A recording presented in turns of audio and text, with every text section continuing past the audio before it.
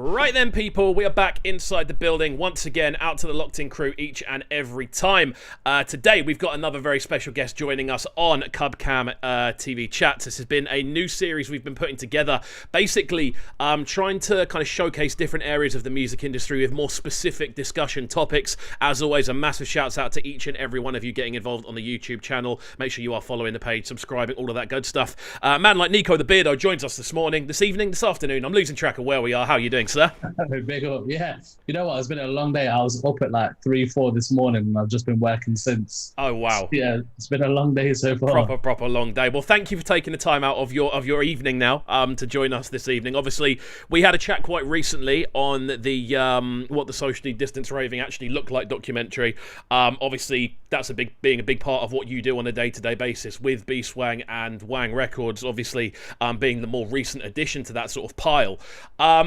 Talk to me about the last few months, mate, just to kick us off, because I know you're similar to me. You're just a busy guy all the time.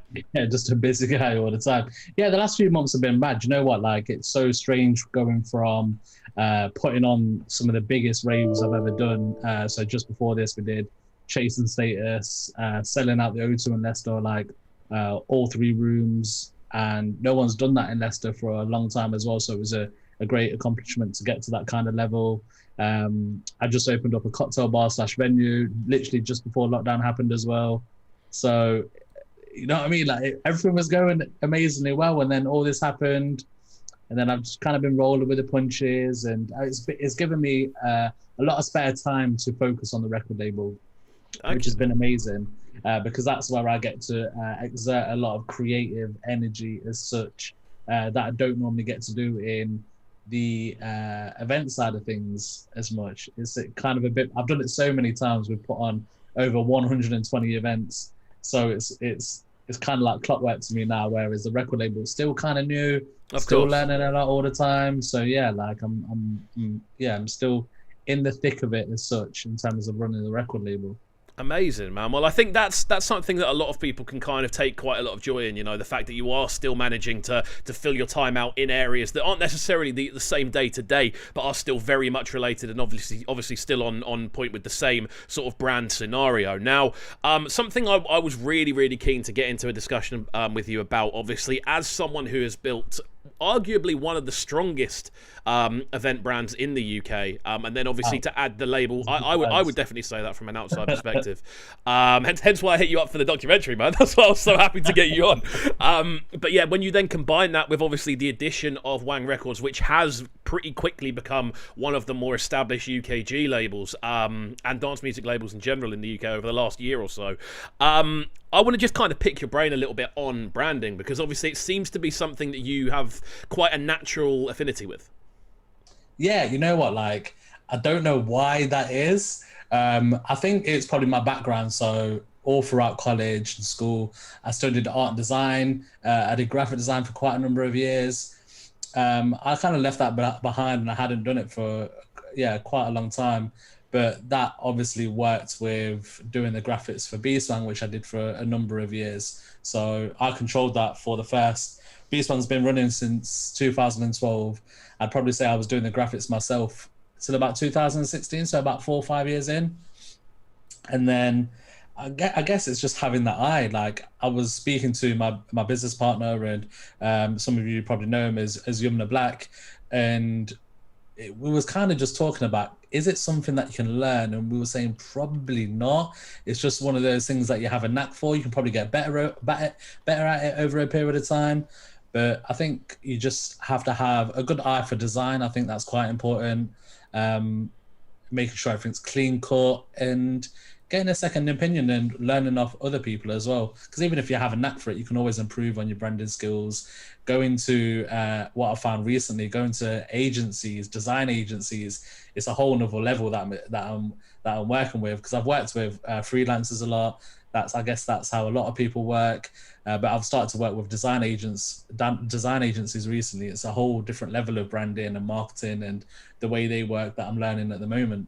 Definitely, man. I mean, even the term branding, it's almost like a somewhat misconstrued term, because I think immediately people kind of go, it's your logo. more than anything else. They kind of go, you know what, it's how that one first impression of you looks. But as especially within the music industry, as sort of time goes on and as brands as a whole develop, there are so many different kind of areas of that. Like, what have you kind of noticed in that sort of field, especially moving into the record label? What are the things that have really kind of stuck out to you?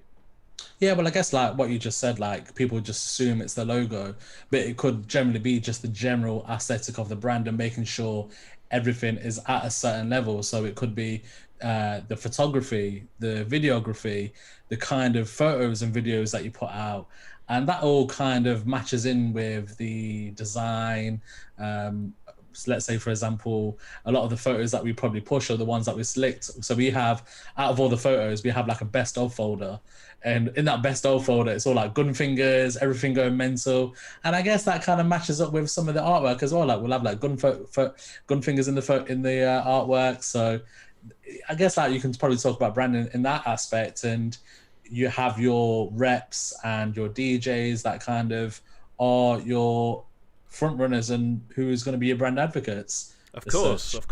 I mean, this is the thing that I found so kind of interesting more than anything else with Beastwang, and then obviously that turning into Wang Records, and now the two things obviously running simultaneously. Is there's the thing I find so interesting is they're so kind of interlinked and interweaved, but they still seem to have such unique kind of elements to them. Like, how long did it take to kind of set that up in a way where you knew they could run almost as separate entities, even though they are connected?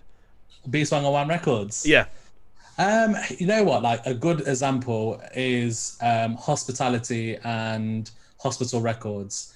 And I think the way they do it is perfect. And it's a brand that I look up to massively, along with brands like Defected and Hospitality are like on a brand level, hands down, in my opinion, some of the best record labels out there that hit the balance of being commercial, but also accessible to a lot of people. And I think I wanted something that was slightly different to Beastwang because my music taste and what I've learned over the years is going to be slightly different to Beastwang. Beastwang's very on-trend, current, so it can be in-your-face drum and bass, in-your-face bass line, whereas the record label, I'm able to put a bit of my taste onto it. And the taste of the residents. Just to interject on that, have you enjoyed that additional process, kind of going, you know what, yeah, let's A&R. Let's do some actual A&R. Massively, hugely. Yeah, I can imagine. I can hear it instantaneously in the tone of voice. Like talk me through how that's kind of been for you then, obviously suddenly being able to go, you know what, even though that might be the most popular thing, we're going to try this. Yeah, exactly that. And you know what, it's about not being afraid to do so. And I guess I have a background so growing up, like my aunties introduced me to like dancehall, and I'm talking a young age, like 90s dancehall when I was like a young toddler. That was what was playing in the background. And then it was straight away on UK Garage when I was like 7, 8, 9, 10 years old. So, and then it was like R&B, soul. And having all these things in my life has led me to my music taste to what it is today. And because I DJ as well and I love music, when you get to events and I'd probably say that they're quite big now, like you get to big numbers, there's only so many artists that you can pick. So out of the year, you generally might book the same headliner once every year or year and a half or 2 years.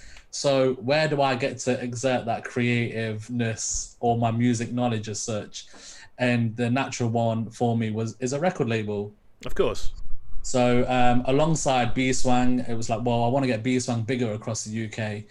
So I thought one of the ways of that happening would be to channel that energy into the record label. It all made sense. It was like my different thought paths. It was like, well, yeah, you might as well do the record label. Well, I think how I got there. I was going to say, I think you've kind of hit the nail on the head there. And with a topic that I did want to dive into further, something again about that sort of Beastwang and Wang Records sort of link up is everything seems to make logical sense. You know, there's no like crazy jumps from one place to the next. Everything seems to have a sort of natural progression and a natural sort of a storyline to it. And obviously with the stuff I do with South Point, that's something we've tried to really, really push, that idea of a story behind the label, almost like a tangible path. Like, is that something you guys do quite consciously, or is it something you just kind of find naturally happening? I wouldn't say consciously. I think it just naturally happens. I think I'd probably say one of our strengths is definitely the community vibe we have within the team. Like I'd consider my team, you know what I mean, family as such, you know what I mean? Like ride or die, like I've always got their back no matter anything, like music aside, DJ aside, work aside. Like I'd love to spend my time around them. And so I'd like to think that that then somehow is shown through the content that we put out. Like when people see, when we vibe together, when we go back to back together, if we're in the smoking area and we're interacting with people, I'd like to think that's the vibe that we give off through what we do. And I guess that's maybe a bit about the story as such. Definitely, man. No, it's really, really interesting to hear it, and especially to kind of hear the way you kind of break stuff down as well. It is really, really interesting. I think one of the things that I was also keen to kind of get into is obviously how around this sort of Christmas period, obviously, we aren't able to kind of do events. We aren't able to kind of do end-of-year parties. We aren't really able to do the things that you'd expect, almost like from a record label, to be able to do. So we have seen almost this new idea, which you guys have come up with, which is obviously the 24 or 25 days of Wang. I always forget which. It's 25 days. I'm that bad around Christmas time. I forget how many days and what the actual date is. It's all about Boxing Day. Let's be real. It's all about Boxing Day and Christmas Eve for me. But yeah. So kind of with that, talk me through how this idea came into motion. Then. You know what? It was just like I've got the time now to spend on the record label and come up with new, interesting ideas for content. And the 25 Days of Wang, I've seen it being done with other record labels before. I think Rinse FM have done it previously in the past. Hospitality are doing it this year. And I was like, all right, cool, like a freebie every day for Wang. Like, why not? Do you know what I mean? It's kind of like having an advent calendar. You get a nice little treat, you get a nice little chocolate. Let's give a nice garage track or whatever track away for free. And it's not just been tracks, it's been, I think we're giving out like wallpapers, stickers, stems for one of our releases. What else? We've put out maybe something else. I don't think we've announced it yet. I don't want to announce it because I don't know if it's but something big potentially for Christmas Day. Maybe not. I don't want to overhype it too much. Amazing. I mean, this must be a really good way. Then, obviously, you were talking about being able to get the sort of creative side of things going a lot more. This must be a really good way to do that because 25 things is a lot to fill. And I would look at that and go, maybe, but I don't know if I can get 25 things more than anything else. Before I ran with the idea, like with the Beastwang free downloads, my main thing, even before the 25 Days of Wang, is the tunes need to be quality. Like they need to be at a high level. I don't want to put things out just for the sake of someone sent me a submission and all right, cool, I need to put it out because I've not got nothing else. I need to make sure that everything is bang on and I can speak passionately about it. Like I want every tune on the SoundCloud to be banging. And I think over the course of a period of time, and once I actually got through the submissions on the email and through all the contacts that we've had through people that have released previously, I thought it was possible. Then I was like, all right, cool, we've got something to work with. So yeah, it worked out. Like a lot of the tunes are sick. I really, really rate them. Lots of different styles, lots of different flavors. So yeah, we got there in the end, and I'm happy that I believe it's kept that quality bar high. I'd like to think. I don't think there's been a track that's been like I'm not too sure. Definitely. Obviously, it's to everyone's taste, but yeah.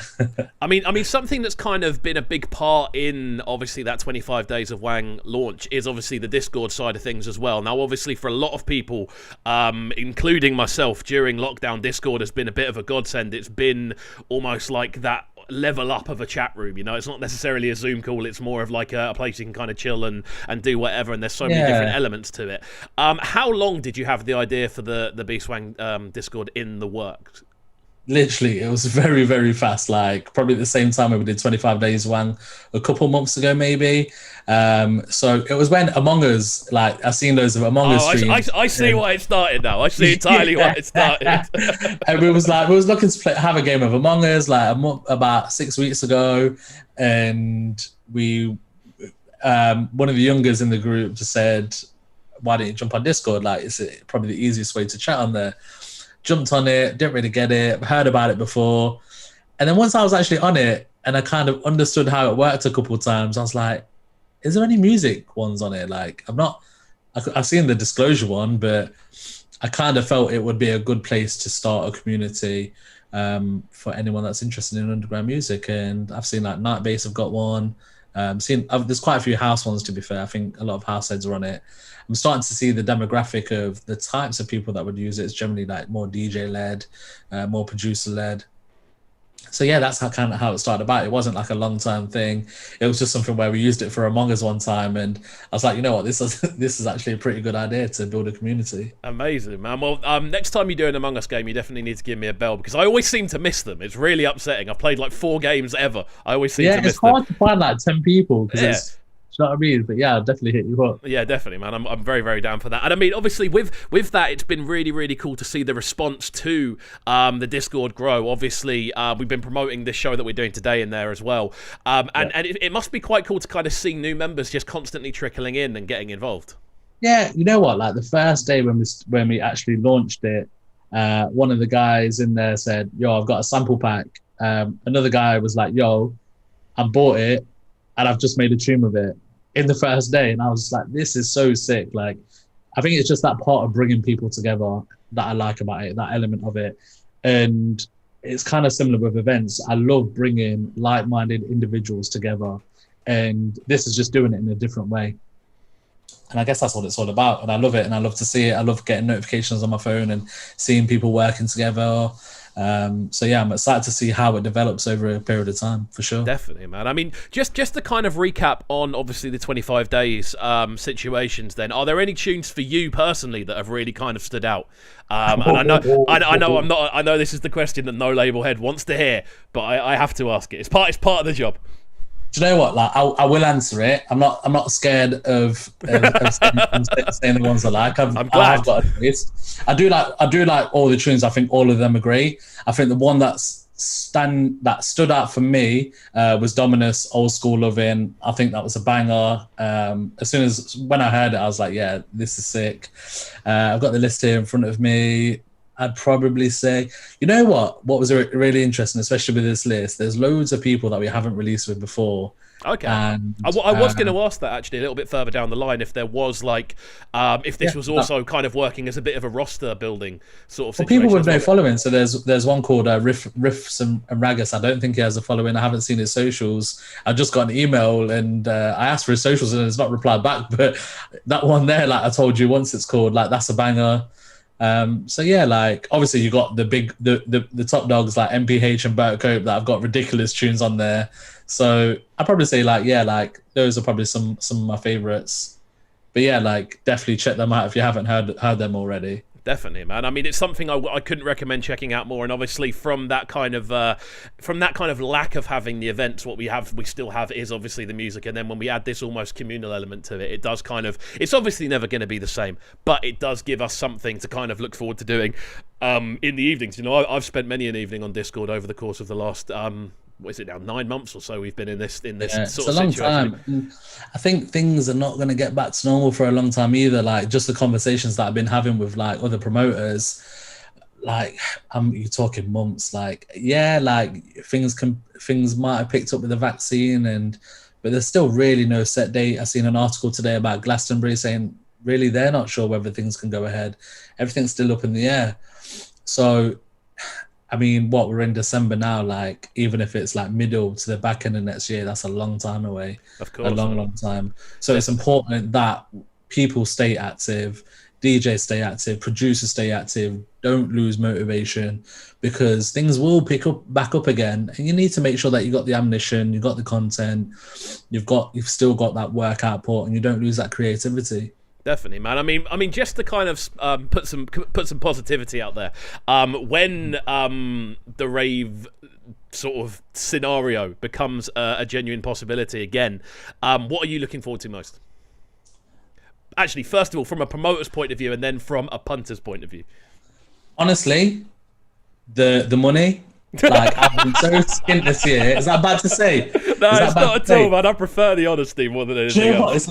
I lived in I managed to move out my mum's house. I lived in a really nice house, really nice area. I moved back to my mum's house, and it'd be nice it's been hard for promoters, and it's been hard for people in the music industry, and it would be difficult for me to say like I wouldn't be interested in getting back to work and actually start earning what earning from a living. Do you know what I mean? So it would be. I don't think it's a bad thing to say at all. To be honest, it's like the same as anyone who's working in a trade now where they're not able to make a normal income anymore. You know, it's not a weird thing to say at all. It's not necessarily for the money for me to go spend on holiday, because I've not been on holiday in 4 or 5 years. It's to invest back into my project. So the money from that I get from my events. So record labels ain't cheap, is what I've discovered. Yeah. And there's only so much of a pot that I have. So I need to make sure that that lasts. And I need events to come back to continue it. Otherwise, I'm going to be in a difficult position, and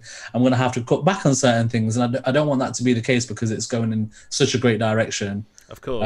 So when I talk about money, it's maybe not something too personal. It's also I always invest. Like every little thing that I do, like I'm always investing. I'm always working on new projects and investing in my team as well. Definitely, man. And I think something that's very apparent with that is obviously with the consistency of growth, I feel is a good way of putting it, of both Wang Records and Beastwang. That is kind of very apparent that there is that kind of extra care going in. There is that kind of reinvestment, not even necessarily of just on a financial level, but also on a kind of time level. It feels like that extra time of an investment is getting put back in. And obviously, we're seeing the results of that over the course of this year. I mean, just to dip into the actual label side of things, it does seem like it's been non-stop in regards to releases and sort of successes, and everything seems to be doing quite well in regards to the music you're putting out. I'd like to say so. Like, I think there's still walls that we're hitting where we're still trying to figure out how to jump over them, and I'd probably say that we're still relatively new. I guess the positive for us is that we have like great artists wanting to work with us from the get-go. Obviously, we put on great events, and I'd like to think that when the people that do support us right now, I will remember that and I will book them for the shows. Do you know what I mean? And I appreciate that. So everything's going how it should be going. I'm a bit gutted that obviously events not happening and I can't get them on the shows right now, but I'm glad that at least the record label's keeping me busy. I think without the record label, like, I don't know what I'd be doing right now. I'd probably just be sitting there playing Call of Duty all day, eating pizza. To be fair, that's probably what I'm doing half my time already anyway. But well, mate, I can completely agree with you. I'm in the same position with this YouTube channel. This stream wouldn't be happening. Essentially, I'd be sat here literally just getting very angry at FIFA. Is most likely what would be happening if that wasn't the case. But yeah, I mean, just to kind of. Can I just go back to something? So what you just said on the other question, just about Beastwang, so you got to imagine, after all the years that I've done Beastwang, there's so many photos and videos. Like, I'm talking like folders, gigs worth, terabytes worth. And I was like, right, let me spend one evening just going through them, sorting them out. And for the first time in a long, long time, I opened the first After movie. Within the first 10 seconds of watching the After movie, I actually got upset.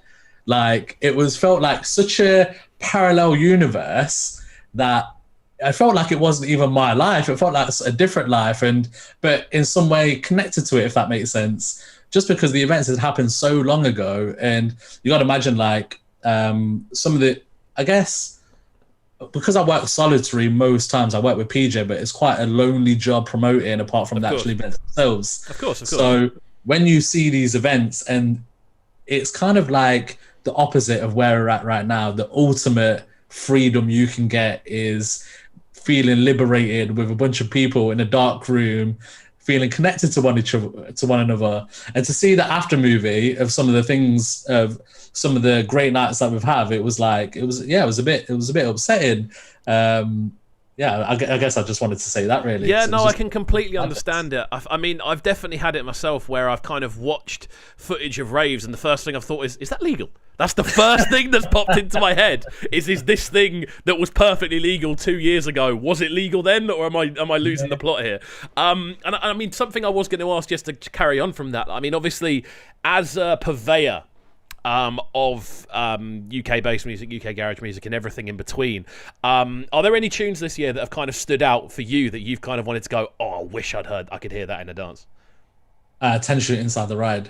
Yeah, 100%. I mean, I know it's off my own label, and Yeah, it's 100% like 10 shoot inside the ride. Like, I think it's an absolute banger. And it's definitely a club tune. We was contemplating on sitting on it for a while and just releasing it when clubs come out, but I'm kind of glad that we did decide to release it in the end, because I don't think things are going to be back for a while. But yeah, that's one tune that I'd love to hear on a sounding system. The bass on it is too sick. So with me, like with bass tunes, I don't like anything too offensive to the ear. If it is offensive to the ear, it has to be northern bass line. Like that's like that kind of like. I think I'm in a similar position to yourself. Like I want some kind of level of shaping. You know, I want something that's a little bit like, okay, it's not just noise. There's things going on here. Yeah, exactly that. So to have a bass track where it sits in the middle, like that 10 shoot inside the ride was one that I would love to hear in a rave this year if clubs were on. And we've got something exciting for 10 shoot inside the ride coming out next month. So yeah, keep your eyes out for that as well. So there we go. I mean, that does kind of bring us on to the sort of round off for this then, which is obviously kind of look into the future. And obviously we've been saying there are a lot of things which aren't available. There are a lot of things which we wouldn't normally be able to do. And I feel for a lot of people that does kind of push the creativity to an extent, because it means what can we do in kind of place of this. So obviously, what's kind of on the way for 2021 for yourself? Even though we don't have access to everything we would normally have, what's kind of set in stone for you guys? So what's set in stone is, some of you might have seen the live streams that we've been doing, and we've been trialing them out over the course of the past month. We was really reluctant to start it in the first initial stages, more so because I wasn't ready to accept that raves were not happening. Like, I was like, no, I'm not doing live streams. I'm not having it. I remember you saying that actually on the documentary. I remember you saying that word for word. Yeah. And it's got to the point now where it's like, so actually, like, my sister has a studio basement in the city centre in Leicester, and I can't remember how it came about, but it was like, why don't we just use that? Like, everything's there ready to set up. She's got the camera, she's got the green screen. Like, I can just go in there and use it whenever I want. So, yeah, we used it, trialed it out. We got some cool visuals.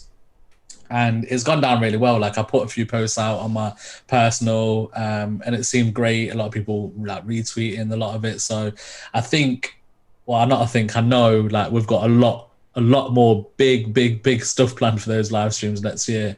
So in January, you can probably expect to see like a lot more from that to tie us up until things get back to, I don't want to say the word, but normal. I mean, where can people kind of check out these streams when they start going live then? Yeah, so just Beastwang TV, YouTube.